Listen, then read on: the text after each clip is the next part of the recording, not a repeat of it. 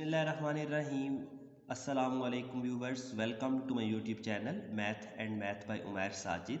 आज इस वीडियो में हम सॉल्व करेंगे एक्सरसाइज 2.7 क्वेश्चन नंबर 5।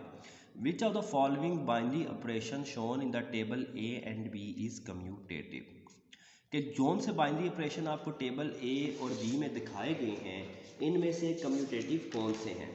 तो हम ये टेबल्स की तरफ चलते हैं और देखते हैं इनमें से कौन से कम्यूटेटिव हैं और कौन से नहीं हैं।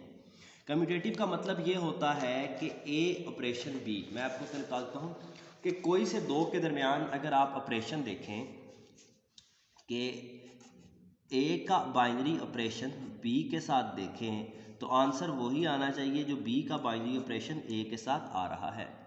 तो ये सिंपल सी प्रॉपर्टी है जो कम्यूटेटिव के लिहाज से हमने देखनी है।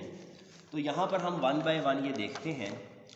अब अगर मैं ए का बाइनरी ऑपरेशन देखूँ बी के साथ, ए का बाइनरी ऑपरेशन सी बी के साथ, ए ऑपरेशन बी, तो आंसर आता है सी।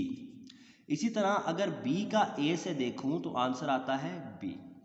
ठीक है, यानी कि हमने देखा ए स्मॉल ए का बाइनरी ऑपरेशन देखा किसके साथ, बी के साथ, तो इसका आंसर इक्वल आना चाहिए था अगर बी का बाइनरी ऑपरेशन हो रहा है ए के साथ। ठीक है, अब यहाँ पर क्या हुआ कि अगर जब मैंने ए का बाइनरी ऑपरेशन देखा सी के बी के साथ तो यहाँ पर था सी। ठीक है, तो यहाँ पर मैं लिखूंगा क्या आ रहा है, सी आ रहा है। इसी तरह जब मैंने बी का ए के साथ देखा, बी का बाइनरी ऑपरेशन ए के साथ देखा, यानी कि ये बी को पहले देखा और ए को बाद में, तो यहाँ पर आया बी, यहाँ पर आ गया बी। तो लेफ्ट हैंड साइड और राइट हैंड साइड इक्वल नहीं आई, इसका मतलब है ये दोनों इक्वल नहीं है। तो ये जो है, जो फर्स्ट वाला है, ये नॉन कम्यूटेटिव है, इसमें कम्यूटेटिव प्रॉपर्टी होल्ड नहीं कर रही। अब सेकंड देखते हैं, ए का बाइनरी ऑपरेशन देखा बी के साथ तो क्या आया सी, बी का देखा ए के साथ तो क्या आया सी, यहाँ तक होल्ड कर गया। अब ए का देखते हैं सी के साथ, ए बाइनरी ऑपरेशन सी क्या आंसर आ रहा है बी, और सी का देखते हैं ए के साथ तो तब भी क्या आ रहा है बी। इसी तरह बी का देखा सी के साथ, बी का सी से आ रहा है बी, तो सी का भी बी से क्या आना चाहिए बी, होल्ड कर गया।